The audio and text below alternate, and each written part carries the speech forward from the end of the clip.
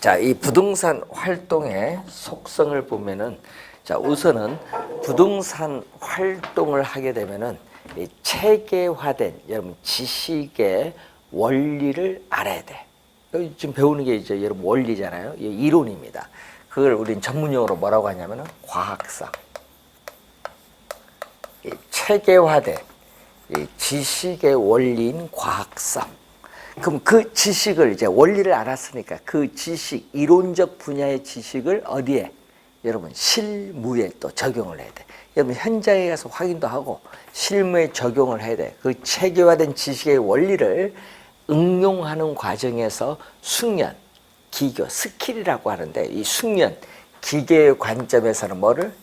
기술성이 인정돼요. 기술성. 그래서 우리가 과학, 사이언스, 기술, 아트 또 두 가지가 나타난 거예요. 이것은 체계화된 지식의 원리인 이론 분야. 그 체계화된 지식의 원리를 실무에 적용하는 과정에서의 숙련, 기교, 스킬의 과정에서의 아트, 실무적 차원에서의 기술성, 이 과학성, 기술성 이 두 가지를 전부 우리는 가지고 있어야 돼요. 그래서 우리는 부동산 활동은 과학성과 기술성의 뭐를 가지고 있다? 양면성, 두 가지 성격을 둘 다 가지고 있어요. 자, 자본주의 체제 하에서 이 부동산은 사유화가 되어 있어요. 국공유가 아니에요. 사유화됐기 때문에 우리는 부동산 소유자의 개별적 이익이나 권리 상당히 중요해요. 그게 바로 뭐죠? 사익이에요. 개인의 이익. 이 사익성이 상당히 중요한데 그 못지않게 아까도 얘기했지만 부동산은 어떻게 돼요? 부중성의 특성에 의해서 유한하죠. 유한하기 때문에 뭐가 고려를 해야 된다? 사회성, 공공성. 이 사회성, 공공성인 뭐죠? 대다수 사람의 이익인 공익을 고려를 해야 된다. 그래서 이러한 개인의 이익도 중요하지만은 대다수 사람의 이익, 공익도 고려를 해야 되기 때문에 또 여기에 서로 뭐를 이루어야 된다?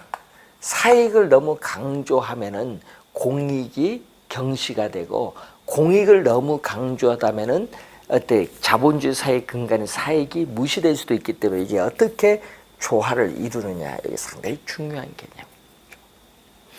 자, 그리고 세 번째는 또 부동산 활동에서는 여러분 또 뭐가 필요하다? 이 전문성이 필요해요. 자, 여러분 자신이 내 부동산 가격이 얼마냐 판단하는 건 1차. 전문성이 가장 낮은 1차 수준입니다. 그럼 여러분 공인중개사 자격증을 땄어요. 중개 업무를 합니다. 그래서 공인중개사가 자격증을 따서 본인이 중개 업무를 하는 것은 가장 전문성이 높은 3차 수준의 활동이에요. 그래서 여러분은 지금은 여러분 1차지만은 전문성이 가장 높은 건 몇 차? 3차. 공인중개사가 중개 활동을 하는 거 3차. 국세청의 세무공무원이 세금을 부과해서 부동산 가격이 얼마냐 평가하는 건 2차. 전문가는 아니지만 부동산을 실무적으로 담당하는 사람에 의한 활동은 2차.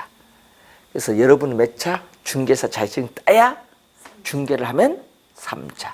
공인중개사 자격증을 가지고 부동산 중개를 하면 3차 수준의 활동. 전문성이 상당히 중요해요. 지금 여러분 전문성이 없어요. 이제 자격증 따야 전문성이 그래도 사가 들어갔잖아. 사. 의사도 사고요. 중개사도 삽니다.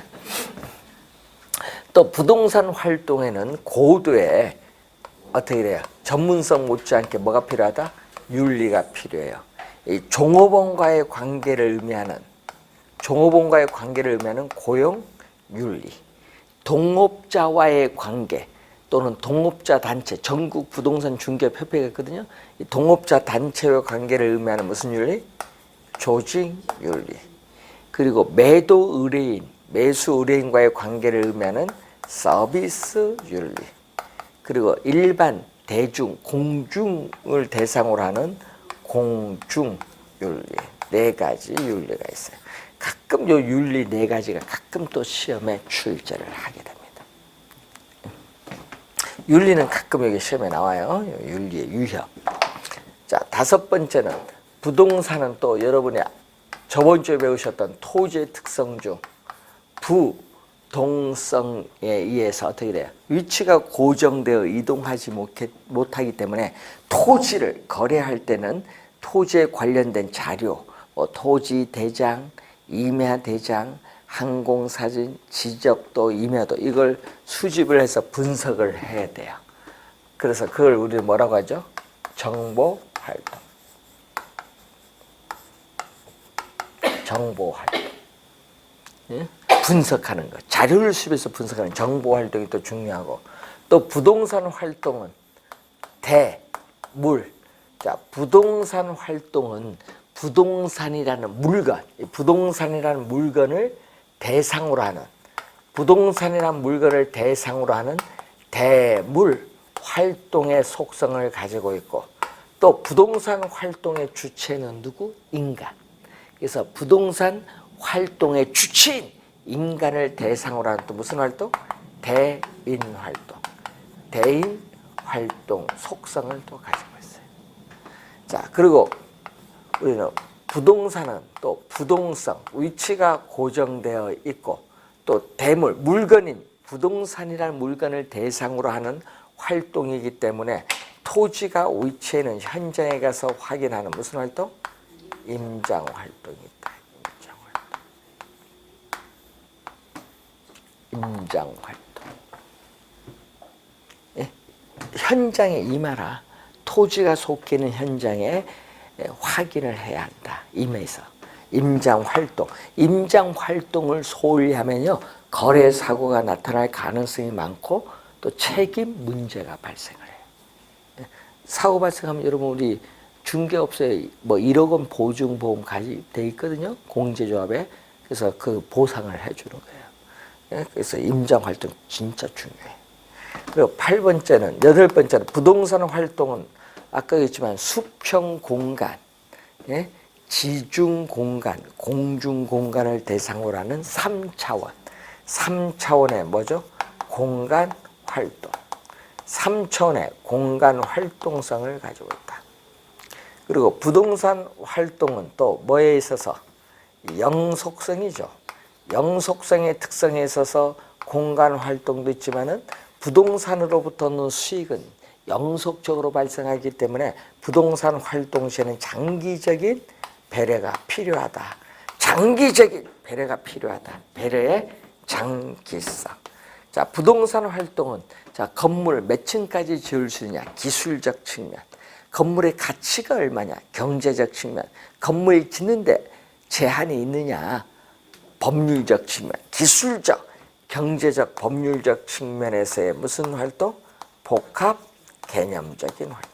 복합 개념이 나오면 하여튼 기술적, 경제적, 법률적이 나와야 돼요. 복합 개념은. 이런 부동산 활동은 이런 속성을 가지고 있다. 이렇게 보시면 되겠습니다. 자, 32페이지 보시면은 부동산 경제 이론의 이제 수요가 나오죠. 자, 이 수요는 생산자 입장에서 물건을 만들어서 시장에 팔려고 내놓는 것을 우리는 전문용어로 뭐라고 하냐면 공급. 그리고 우리가 소비자 입장에서, 자, 소비자 입장에서 어떻게 물건을, 돈을 가지고 사고자 하는 것을 뭐라고 하냐면 수요. 그래서 이 공급과 수요가 어디서 만나는 거예요? 시장에서 만나서 뭐가 결정된다? 가격이 결정된다. 가격. 자, 그러면 지금 이제 우리 경제 이론은 요걸 배우는 거거든요. 수요 공급에서 시장에서 가격이 결정되는 원리를 배우는데 이 중에서 이 수요라는 용어가 나오죠. 자, 수요는 누구 입장에서 보는 거죠? 소비자 입장에서. 그래서 소비자 입장에서 일정한 기간 동안에 일정한 기간 동안에 물건을 구입을 할 수 있는 능력. 자, 이런 물건을 구입을 할 수 있는 능력을 구매력. 예, 구매력을 갖추고 상품을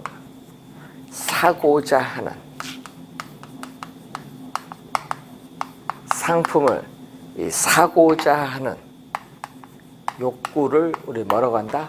수요. 자, 일정한 기간 동안에 기간이란 의미는 유량 개념. 유량. 여러분, 이게 흐를 유자거든요. 흐를 유. 물이 흘러가는 거 영어로 보면요, flow라고 해. flow라는 것은 물이 뭐 한다? 흘러가는 개념. 흐를 유자. 예? 예? 흐를 유자. flow 개념. 자, 물이 흘러가듯이 시간도 흘러간다. 이 시간이 하루 흘러갈 수도 있고, 일주일 흘러갈 수도 있고, 한 달 흘러갈 수도 있고, 1년이 흘러갈 수도 있는데, 이것을 일, 주, 월, 연으로 표현해. 그래서 이 기간이 명시가 되어야 측정이 가능한 변수가 무슨 개념이냐면 유량 개념. 기간이 나오면 유량인데 시험 문제는 예가 나오잖아. 예. 자, 여러분 소득이 1,000만 원이다. 많을까요? 적을까요? 소득 1,000만 원. 모르지. 그러니까 기간이 들어가야 돼. 월 소득이 1,000만 원이면 많아 보이고 연간 소득이 1,000만 원이면 적지. 그러니까 이렇게 기간이 들어가야 의미가 명확해지는 개념이 무슨 개념? 유량 개념. 유량 개념 대표적인 게 뭐다? 소득이야. 소득. 자, 그리고 우리 부동산 배우니까 자, 2017년도에 연간 주택 생산량이 15만 채 하면은 그게 연간이죠. 기간이래. 주택 생산량 연간 얼마냐? 그래서 이 주택 생산량. 또 뉴스에 많이 나오는 게 있어요. 자, 2016년도에 주택 거래량이 전년도 대비 몇 프로 감소했다. 2006년도, 16년도, 1년이잖아요. 그 기간이 나오잖아요. 주택 거래량. 자, 여러분 3분기 주택 거래량이 1, 4분기에 비해서 2% 감소했다. 분기는 뭐예요? 3개월이잖아요. 기간이 들어가는 거야. 하여튼 거래량은 꼭 뭐가 들어가죠? 기간이 들어가. 주택 거래량. 자, 여러분 건물주는 매월 뭐를 받죠? 임차인으로부터 임대료 수입. 월 임대료 수입. 월 임대료 수입이라는 게 토지인 경우는 뭐죠? 토지를 빌려준 대가가 지대거든요. 연간 지대의 수입. 금융기관은 돈을 대출해줘서 뭐를 받아요? 이자. 매월 이자. 금융기관의 매월 이자 수입. 이런 건 다 기간이 들어가야 돼. 연간 이자 수입이 얼마냐? 월 이자 수입이 얼마냐? 예? 예? 또 부동산 투자 회사의 단기. 여러분 단기는 회계 기간인 1년 1월 1일부터 12월 31일까지 회사의 단기 순이익이 얼마냐? 기간이죠. 이런 거. 기간이 들어가는 개념. 요것 이해 많죠? 예? 많잖아요. 연간 수출량, 연간 수입량. 1년 동안에 우리나라 국민이 생산한 모든 최종 생산물의 시장 가치인 GMP, 국민 총생산. 또 뉴스 나오면 1년 동안 GDP, 국내 총생산. 용어 많이 나오잖아요. 이건 다 기간이 들어가야 돼. 유량 개념. 그럼 이 유량에 대해서 우리가 또 알아야 될 용어가 무슨 개념? 저량은 스톡. 자, 20회 시험에 스톡이라고 나왔거든요. 스톡 개념. 자, 스톡 개념은요. 자, 여러분 저수지의 물은 어떻게 돼요? 흘러가지 않습니다. 멈추어져 있는 상태. 이 물이 멈추어져 있는 정지되어 있는 상태를 우리 시간도 뭐가 됐다? 정지, 흘러가지 않는다. 시간도 흘러가지 않고 멈추어져 있다. 그걸 우리는 표현을 뭐라고 한다? 시점, 시점. 일정 시점에 기간이 나오면은 유량이고요. 시점이 나오면 절량이죠. 자, 여러분 숭례문이 불탔다. 그럼 숭례문이 불타면은 현재 시점 우리나라 국가의 부가 감소해요. 국부, 국가, 현재 시점 우리나라 국가의 재산이 얼마냐? 국부. 현재 시점 우리나라에 풀린 총 돈이 300조다. 그게 뭐죠? 현재 시점 우리나라 풀린 총 돈이 뭐죠? 통화량. 통화량이 얼마냐? 현재 시점 서울특별시 인구 1000만 명. 현재 시점 인구 규모, 인구 도시 인구 규모, 인구 요는 저량이에요. 자, 현재 시점 전국의 미분양 주택의 수, 현재 시점 전국의 미분양 주택의 수인 주택 재고량, 현재 시점 서울특별시의 주택 보급률 88%, 이 주택 보급률. 현재 시점 토지 가격, 지가. 자, 현재 시점 요즘 뉴스에 나오죠. 현재 시점 우리나라 가계에 있어서의 부채가 1320조 뉴스 많이 나오잖아요. 현재 시점 절약. 가계에 뭐죠? 부채. 현재 시점 삼성 어떻게 돼? 삼성전자라는 이 회사의 자산 250조. 예? 자산 또는 현재 시점 삼성전자라는 회사의 자산 가치. 무슨 개념? 절약 개념. 시점은 절약. 시험에 보면요, 얘가 나오거든요. 얘가 딱 나왔을 때, 아, 이것은 유량 개념, 이것은 절약 개념. 구별할 줄 아시면 돼. 우리 경제 이론의 가장 기초가 되는 거예요. 이건 경제 이론 배우면 반드시 알아둬야 돼. 자, 우선 수요는 뭐죠? 일정한 기간 동안에 소비자들이 뭐를 갖춰요? 구매력을 갖춘다. 구매력을 갖춘 수요를 뭐라고 하냐? 자, 여러분 구매력을 갖춘 수요를 우리는 유효 수요라고 해요. 유효 수요. 예, 구매력, 물건을 구입을 할 수 있는 능력인 이 구매력을 갖춘 수요를 말한다. 구매력을 갖춘 수요. 자, 그럼 또 여기서 사고자 하는 것은 사고자 하는 의도된 계획된 양을 의미하는 사전적 개념.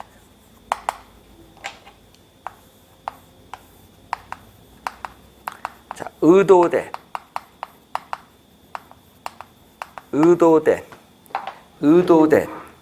계획된 양을 의미하는 계획된 양을 의미하는 사전적 개념. 그러니까 사후적으로 실현된 개념을 의미하는, 사후적으로 실현된 개념을 의미하는 실제로 구매한 양을 의미하는 것이 아니다. 자, 여러분 사고자 하는 의도된 양은 10개인데 실제 3개를 살 수 있거든요. 그러니까 여기 일치하지 않을 수도 있어요. 일치할 수도 있지만은 일치하지 않을 수도 있다. 그래서 우리는 수요는 사고자 하는 의도된 계획된 양을 의미하는 무슨 개념? 사전적 개념.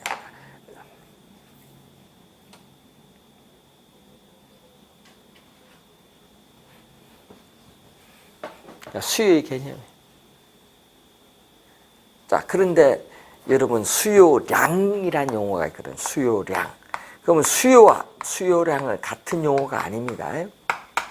수요량은 소비자들이 일정한 기간 동안에 구매력을 갖추고 특정 가격 수준, 예를 들면은 평당 1000만 원이란 특정 가격 수준. 네? 그럼 특정 가격 수준, 그럼 아까 평당 1000만 원에서 아파트를 사고자 하는 최대 수량이 20채다. 뭐 이런 거. 특정 가격 수준에서 우리는 상품을 소비자들이 일정한 기간 동안에 구매력을 갖추고 특정 가격 수준에서 상품을 사고자 하는 최대 수량을 뭐라고 한다? 수요량. 수요와 수요량은 같은 개념이 아니에요. 다른 용어.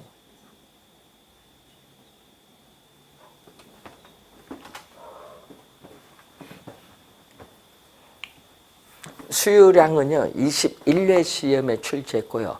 공급량은 올해 27회 시험에 출제했어요. 수요량은 21회, 공급량은 27회. 그래서 여러분이 개념을 알아야 돼. 그럼 예를 들어 평당 특정 가격수는 평당 1,000만 원에서 아파트란 상품을 사고자 하는 우리가 수량이 20채다. 그 20채가 최대 수량이에요. 얼마에서? 평당 1,000만 원에서.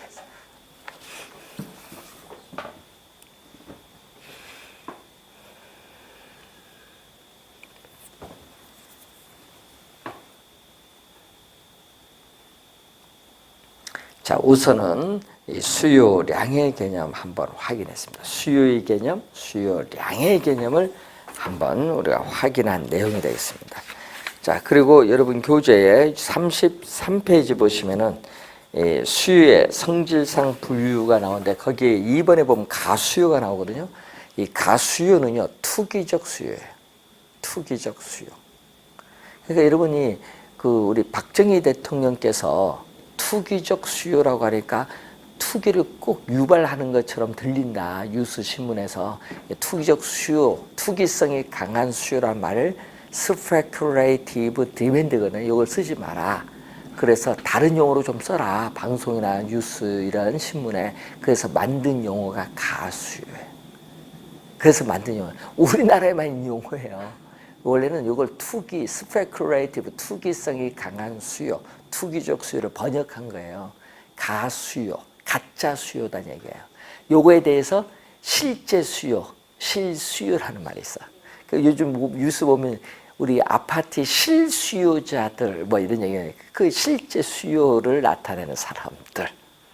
실수요는 실제 수요, 가수요 하면 가짜 수요. 투기적 수요 하면 좀 그렇게 해서 가짜 수요라는.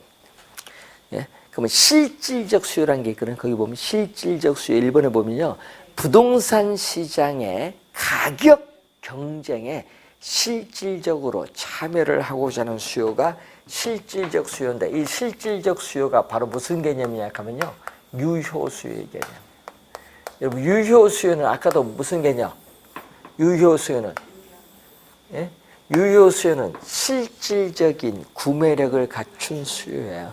그러면 실질적인 구매력을 갖춘 수요인데 부동산을 우리는 살 의사와 부동산에 대해서 지불할 수 있는 능력이 있는가 보는데 부동산을 살 의사도 있어요. 부동산에 대한 살 의사도 있지만은 이 부동산에 대해서 뭐도 지불할 수 있는 능력도 있으면은 이 수요는 무슨 수요? 우리는 유효 수요. 살 의사도 있고 지불 능력도 있어요. 그런데 거기 보면 우리가 알아야 될 게 잠재적 수요라는 게 있거든요. 잠재적 수요. 잠재적 수요는 지금은 유효 수요는 아니에요.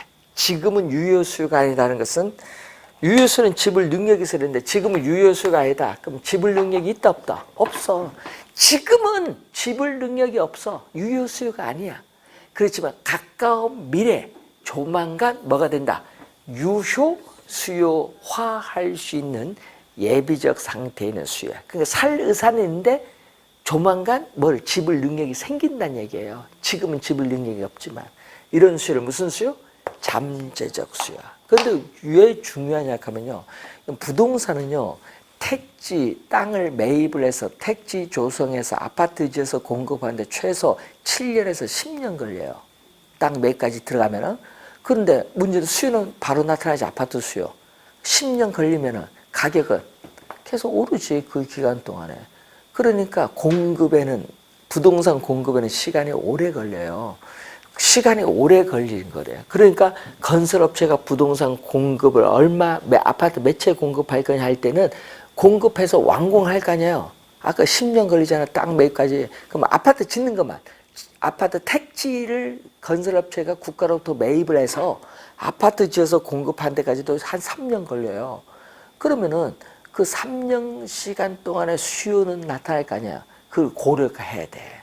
3년 동안 수요가 나타날 걸 고려해서 현재 공급을 결정을 해야 돼. 미래 예상해요. 뭐를 예상을 잘 해야 돼? 잠재적 수요. 요거 예측 잘못하면 미분양이 생기는 거야. 예측 잘하면 완판되는 거야. 100%. 그게 중요한 거야. 이 잠재적 수요를 예측을 어떻게 예측을 할 수 있냐. 이걸 잘 해야 돼, 건설업체는. 그래서 우리 건설업체 공급, 우리 부동산 공급할 때는 유효 수요도 중요하지만은 공급은 시간이 오래 걸리기 때문에 뭐를 잘 고려해야 돼?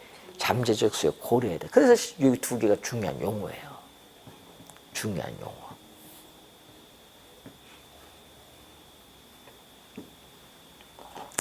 자, 여러분 생산물.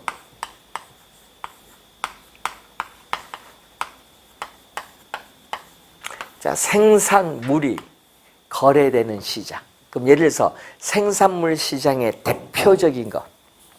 생산물 시장의 대표적인 거 농산물 시장. 그럼 농산물 시장에서 농산물에 대한 수요가 증가한다. 자, 농산물 시장에서 농산물에 대한 수요가 증가를 하면은 바로 즉시 농산물을 만들어서 공급을 해줄 수 있느냐 이거지. 예? 배추, 고추, 농산물 재배하는 기간이 있을 거 아니에요. 바로 공급이 안 되지. 그래서 우리는 기업은 생산물에 대한, 농산물에 대한 수요가 증가하면 농산물을 공급하기 위해서는 뭐를 해야 돼? 땅이 있어야 돼. 생산 요소가 거래되는 시장에서 뭐를 사와야 돼? 땅, 농사 지을 땅, 농지. 예? 농지에 대한 수요가 증가하는 거예요. 예? 땅을 사와서 그 땅에 작물을 재배해서 작물을 만들어서 농산물을 공급을 해야 돼. 시간이 걸리는 거예요. 그래서 제일 먼저 뭐가 나타나요? 제일 먼저 생산물 시장에서 생산물인 농산물에 대한 수요가 제일 먼저 나타나죠. 이걸 뭐죠? 프라이머리라고 해요. 프라이머리, 1차적 수요. 1차적 수요를 전문용어로 본원적 수요라고 해요. 본원적 수요.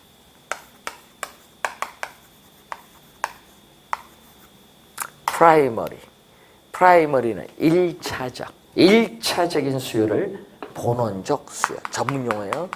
본원적 수요를 직접 수요라고 해. 1차적인 수요, 직접 수요, 이걸 본원적 수요인데, 여러분 시험에 낼 때는 우리 경제 용어로 내잖아요.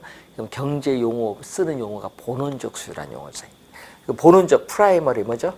1차, 처음 나타나는 1차적 수요. 그럼 두 번째, 요거 나타나니까 두 번째 나타나는 요거 2차. 2차를 뭐라고 해? secondary. 2차. primary 1차. 본원적 수요 2차. secondary demand 2차적 수요. 요걸 이 농산물 수요가 먼저 나타나서 그 다음에 두 번째 나타나는 2차적 수요. 이 2차적 수요를 우리는 전문용어로 뭐라고 하냐? 파생수요라고. 파생수요. 여러분 뉴스 신문에 여러분 많이 들었던 용어 중에 파생금융 상품이 있어. 기존의 상품 그걸 가지고 2차적으로 만든 상품이에요. 파생금융 상품. 많이 들어봤을 거예요. 뉴스 신문에서. 파생수요는 몇 차? 2차. 1차는 뭐죠? 본원적. 이게 먼저 나타나서 두 번째 나타나는 수요. 그러면 이 농지는 생산 요소 시장의 생산 요소야. 그래서 여러분 생산 요소에 대한 수요는 일반적으로 무슨 수요? 파생 수요. 생산 요소에 대한 수요는 일반적으로 무슨 수요? 파생 수요를 의미한다. 파생 수요라는 의미 알아야 돼요. 본원적 수요, 파생 수요. 경제론에서 중요합니다.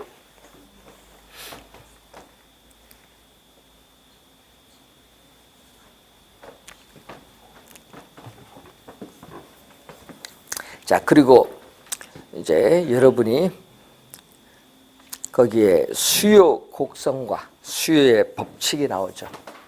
자, 우선은 수요의 법칙.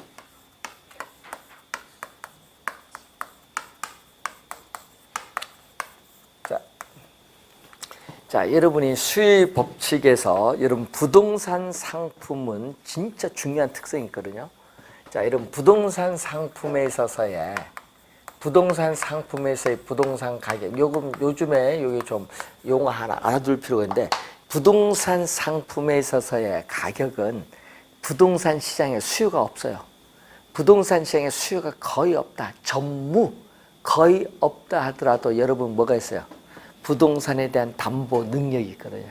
담보대출 받을 수 있잖아요. 담보 능력도 있고 또 뭐도 있어요? 임대 능력도 있지. 임차인에게 빌려줘서 임대료 수입 얻었으니까 임대 능력도 있고 관리 운영하는 비용이 적게 들어요. 담보 임대 능력이 있고 관리 운영 비용이 적게 들기 때문에 부동산 시장에 수요가 거의 없다 하더라도, 수요가 없으면 가격이 떨어진대. 수요가 거의 없다 하더라도 부동산 상품의 가격은 일정 수준 이하로 하락하지 않으려는 성질을 가져요. 그걸 전문용어로 뭐라고 하냐? 하방경직성이라고. 하방경. 임금이 대표적인데, 임금도 한번 오르면은 임금이 또 밑으로 떨어지지 않으려는 성질 있잖아요. 부동산 가격도 마찬가지야. 그럼 여러분 강남에 우리 대표적 뉴스 많이 나오는 게 음마아파트인데, 음마아파트 33평, 음마아파트 얘기 많이 나와요.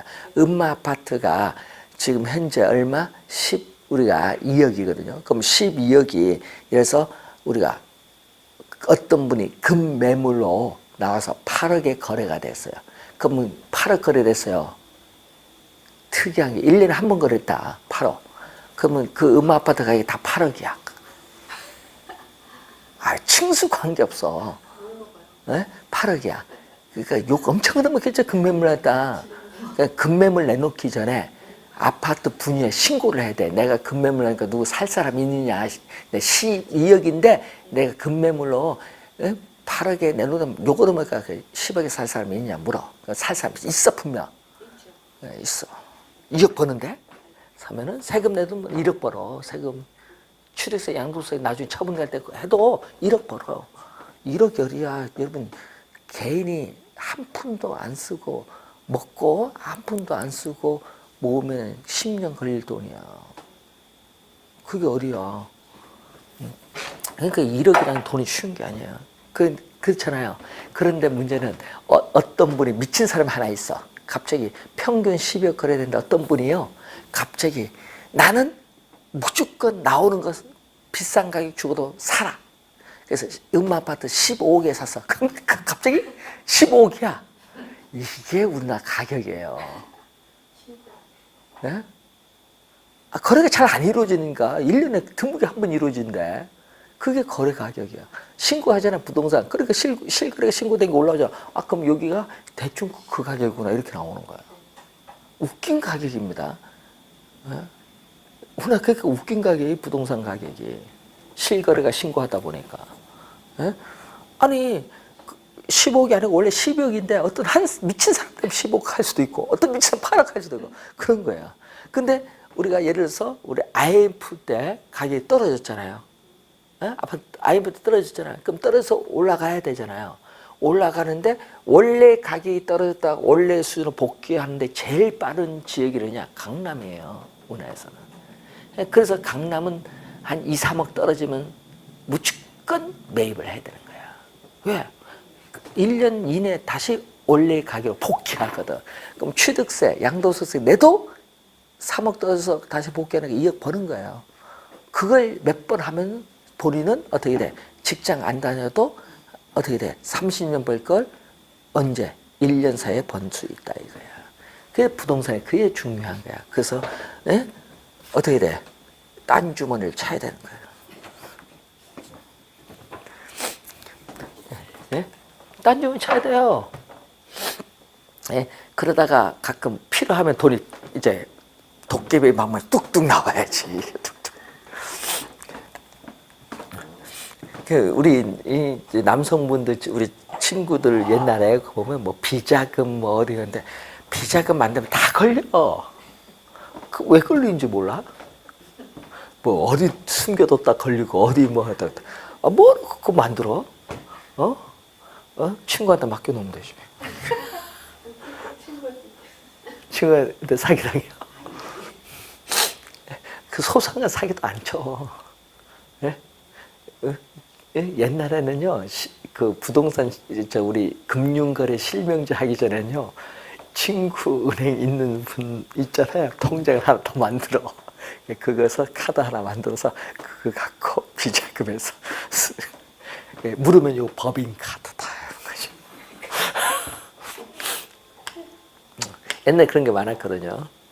옛날에 저희들도 옛날에 동남은행, 뭐 동화은행, 뭐 대동은행 생긴 데 있는데 IMF 다 망했지만은 그때 은행 처음 생길 때 제가 이제 90년 초인데 컨설팅을 했어요. 근데 바쁜데 전화 온 거야. 아니, 우리 했지만 은행 직원들이 왜 그것도 모르냐? 아니, 왜 프로 차트 우리 고등학교 보면 수열에 보면 프로 차트라는 게 있어요. 이렇게 흘러오는 프로 차트. 이 수학을 공부 제대로 했는지 안 했는지 프로 차트를 아니 원금 이자 계산하는 것도 그렇고 프로 차트 수율을 왜 모르냐? 그러니까 어떻게 돼? 전산 아들이 계속 요구하는데 계속 애들 터져. 큰일 났다. 월요일에 요거 안 하면 은행장한테 이거 터지는데 이걸 어떻게 해결하려냐? 어떻게 돼? 막내한테 맡기고 위에 이 사람 다 퇴근해버리는 거야. 해결해 놓으라고. 급지 전화 왔지. 저한테 우리 물어봐. 컨설팅 수수료는 필요 없다. 카드 받아놨냐 물어. 법인카드. 네? 여기 은행장이 특별히 준 카드가 있다. 그 위에 상사가 맡겨갔는데 얼마까지 오늘 쓸 수 있냐 물어봐. 그때 당시 90년에. 그래서 요게 가격이 비싸거든요. 컨설팅이. 그래서 그때 뭐 수수료하고 뭐 비용하고 그때 당시 5천만 원까지는 생각하고 있다. 그래? 그 문제가 뭔데? 그거 보내봐. 딱 그걸 보고 야 전국에 있는 친구들 그날 모두 다 부산 집합. 네? 범일동 동남은행 본점 집합. 5시까지. 비용 필요 없다. 호텔 해운대 호텔 재워준다. 비용 필요 없다. 은행 돈이다. 딱 그러니까 다 내려온 거야. 컨설팅인데 근데 그 해결하는데 1시간 반밖에 안 걸렸어. 혼자니까 프로자 따주고 이렇게 한번 돌려봐라. 딱 돌아가 온 기계가 돌아가는 거야. 해결됐지? 이제 끝났다. 법인카드 먼저 주머니 넣고 깃발 가자. 가장 비싼 데 가서 다 먹어. 그래도 그리 먹어도 1,000만 원 안 넘어가대요. 친구니까 봐줬지. 선생님, 그러니까 이제 뭐 부동산이라는 거는 아까 했지만 그런 컨설팅 수수료 진짜 비싸요. 여러분 우리 변호사 사무실 가서 상담하는데 얼마 준지 아세요? 가볍게 상담하면 5만 원이야. 지금 얼마인지 모르지만 상담하는 것만 해도. 그럼 우리 컨설팅에다 얘기만 듣는 것만도 돈 내고 들어야 돼. 우리가. 그러면 우리가 답을 주잖아. 말로 답을 주면은 돈이 얼마냐? 기본 1,000만 원이야. 전문가한테는. 그래도 해결해 주잖아. 그럼 1억이 나와야 돼. 그 컨설팅 무서운 거예요. 여러분도 나중에 컨설팅 전문 비싼 게 아니라 싼 거예요. 싼 거. 1,000억에 1억 하면 싼 거지. 몇백에 1억 하면 싸지. 그런 게 중요한 거예요. 자, 그래서 부동산인 건 아무것도 아니지만요. 가끔 이런 게 있어요. 테헤란에 모 건물이 나오는데 상속 건물이에요. 자식이 5분이야. 그런데 그 실제 거래 가격은 200억인데 상속 자산 나눠 가지자 세금 내고 그래서 나온 금액이 뭐다? 130억이 나온 거예요. 200억짜리 건물이. 그럼 사면은 70억 벌죠. 아는 사람이니까 딱 나온 거야. 야, 그거 내가 살게. 130억 간단해. 펀딩하면 돼. 펀딩 딱 사서 70억 벌었잖아. 딱 나눠주면 돼. 세금 빼고 딱. 그게 부동산이에요. 큰 물건은. 강남 가면 상속 건물 많이 나오거든요. 싸우잖아. 그러니까 가기 전에 자식 수 n분의 1 나눠라. 급매물 나오는 그게 도움이 되는 거예요. 예, 근데 문제는 아까 했지만 부동산 가격은 그래서 급매물 나서 떨어지는 것처럼 보이죠? 아니, 바로 올라가. 강남. 예, 그래서 그걸 잘 봐야 돼. 어느 지역의 부동산 가격이 하락했을 때 금방 올라가느냐. 그걸 잘 봐야 돼. 느리게 올라간다. 뭐 떨어졌는데 5년 후에 올라간다. 이거 하고 바로 1개월 뒤에 올라간다. 이게 다릅니다. 그걸 우리 부동산에서는 잘 보고 투자를 해야 돼. 우리나라에서는 서울특별시는 강남이야. 강남이 어딘지 아세요? 네? 강남구, 서초구, 송파구, 강동구 요 4구를 해서 강남이라고 해요. 부동산은. 자, 이제 하나 배웠어요. 그래서 심심하면 거기 놀러 가면 돼. 잠실에. 놀러 가서 돌아보세요. 걸어서. 1시간밖에 안 걸려. 아파트 보면서 이거 체크를 해두면 돼. 네? 그게 돈이 되는 거예요, 나중에. 자, 근데 우리 아까 얘기했지만 가격이 중요하거든요. 수요든 공급이든. 근데 가격 이외에 다른 요인은 변화가 없어요. 자, 부동산은 이 가격 이외에 다른 요인들은 아무런 변화가 없다. 고정되어 있다. 이걸 전문용어로 일정 불변. 자, 부동산 가격 이외에 다른 요인들은 아무런 변화가 없다. 고정되어 있다고 가정했을 경우에 단지 뭐만 변해요? 가격이 변해요.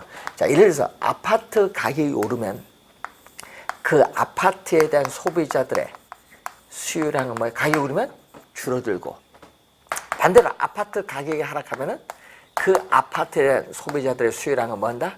증가를 하게 된다. 자, 그러면은 이 가격과 수요량 변동 방향 보세요.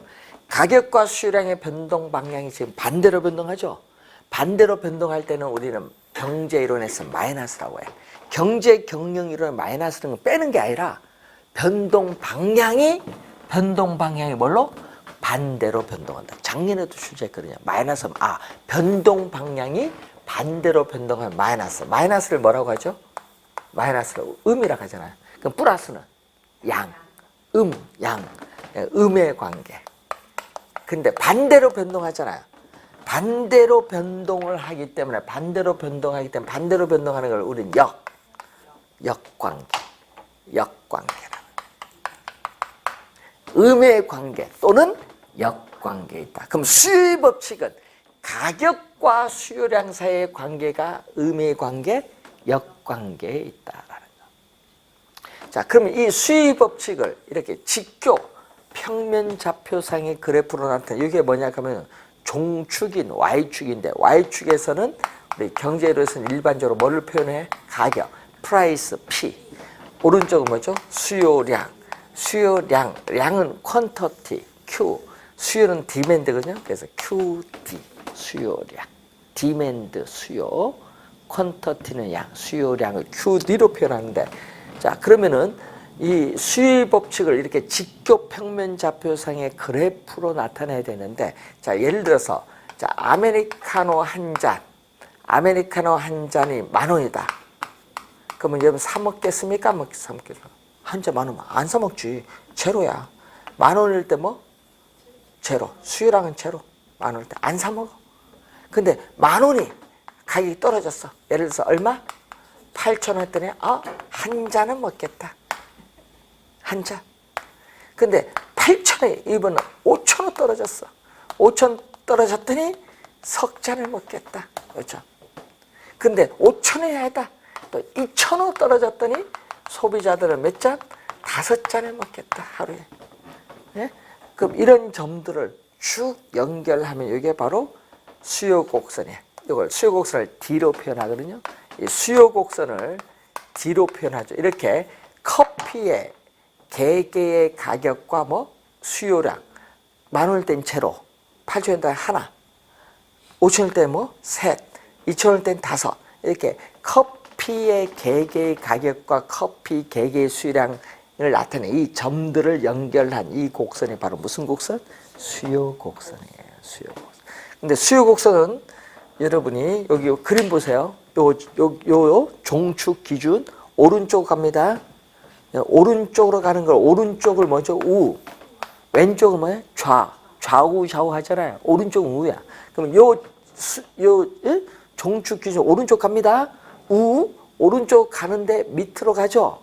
밑이 아래하, 아래, 밑, 아래로 향한다. 향할 향.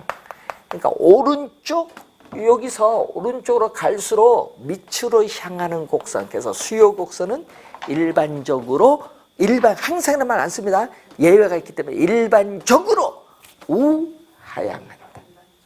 수요 곡선은 일반적으로 우하향한다. 라는 용어를 사용합니다. 그러니까 이 수요의 법칙인 가격과 수요량 사이의 이 관계를 직교평면 좌표상에 이렇게 그래프로 나타내는 것을 수요 곡선이라고 하는데, 이 수요 곡선은 일반적으로 뭐 한다? 우하향한다. 일반적으로 우하향한다. 시험에 내면요, 여기는 질문이 나오잖아요. 요게. 예? 그래서 어떻게 돼? 예? 우리는 가격과 수요량 사이의 관계를 나타내는 수요 곡선은 일반적으로 우하향한다 하면 맞는 질문이죠. 그럼 시험에는 어떻게 돼? 우하향을 우상향 이렇게 말 바꿔버리지. 24회 시험에도 한번 냈잖아요. 우하향입니다.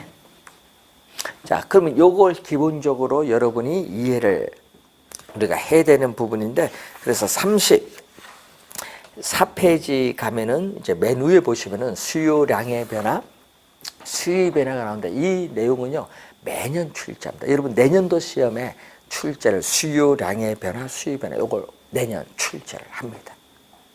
시험에. 요건 잘 공부해둬야 되는데 이것은 잠시 쉬고 시작하겠습니다.